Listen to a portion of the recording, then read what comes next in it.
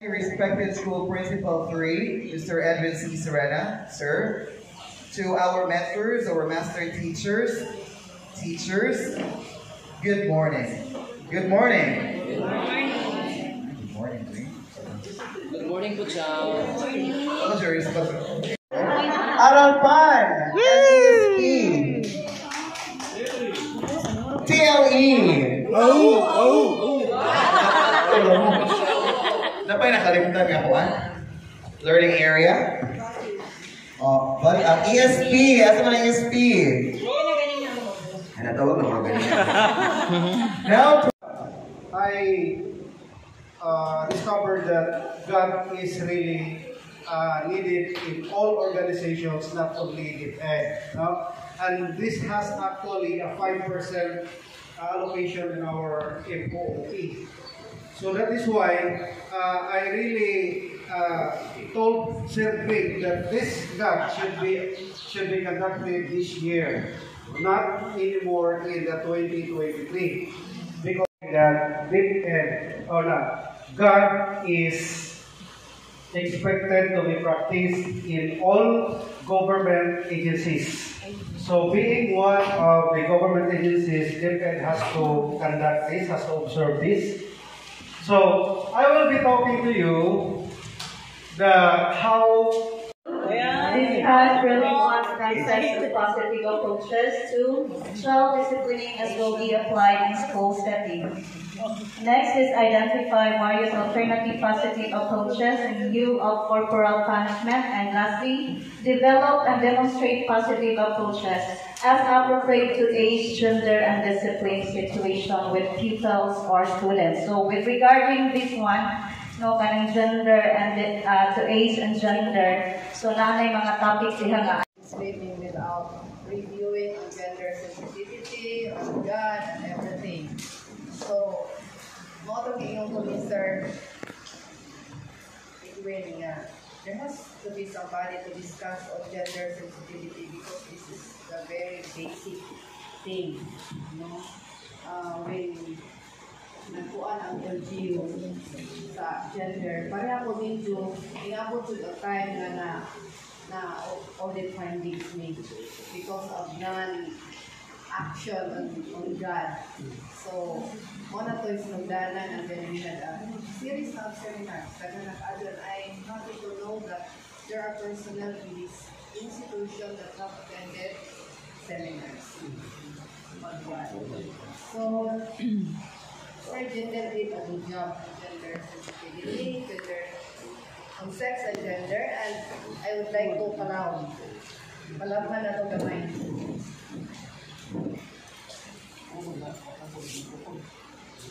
Hinay na po.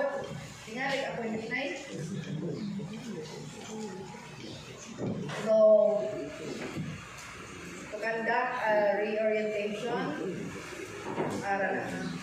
on God and GST, and to conduct an orientation on God and God concept. That will be the coverage of my presentation. Next. So, Mr. Galinha, sex is binary. It is the physical identity of the person. So when you are a male, you have voting, and when you are a female, you have disown. And that cannot be changed. Bisag asa, bisag kanusa. Sex is male and female, while gender is what you are when you are, after you are born. So your traits, your attitudes, your values are your gender. So those are the female Trinitarian symbol. Female is the symbol. Now, ang sunod ani, next is some of the tasks that we are doing at home. Isulti ninyo kung ang makabuhat dili ani bati ra ba? Laki ba? Sige, tanawa. Ana. Sulit maghugas. Hagbas, pwede po, laki pero kasagaran. Sa mga kain, kapiliti. Kasagaran ang mga sa pati kay awaking ikaon, di ba? Ang mauwahi ba sa mga mabugas? Dapat sa story why women. Okay ka na.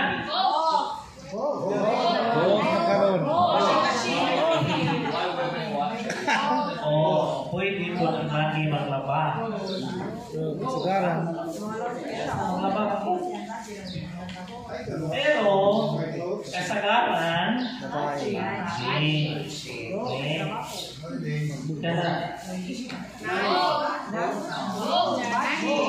Nani man. Babae. Babae. Nani man. sa isipon. Kinsa may ingon na pwede at bagay ang nani. Pwede. Kinsa ingon na bagay ra. Isaw? Okay, pwede. Pwede magnani ang laki pero ang patient sa laki ang magnani based on experience. Bitaw, mubok raw. Kasi siya ang laki kung mo'y magyaya. Okay? Unsay gidalan is Snow White.